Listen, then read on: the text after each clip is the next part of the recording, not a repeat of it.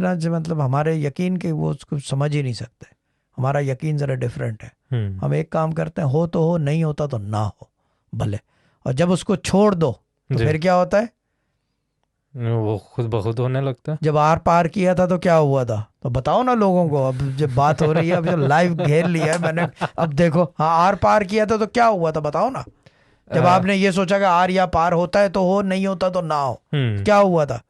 उसी बार ना हो गई थी, इसी वीजे को ना हो ना गई हो थी। गई थी। और ये ज्यादा कितने अर्से पुरानी डेढ़ बात है? महीना, डेढ़ डेढ़ महीना। महीना। जो आप लोग आर पार के पोस्टें देख रहे थे ना, जी। वो इनके ऊपर थी। इनका वीजा रिफ्यूज हो गया था, और हम्म। ये 1.5 महीने पहले की बात है। बिल्कुल। तो मैंने कहा कि भाई तू तो सोची में ही गलती है। तो फिर हम्म। उसको रिकॉर्ड बना दिया मैंने, हार या पार। गौर भी यही था।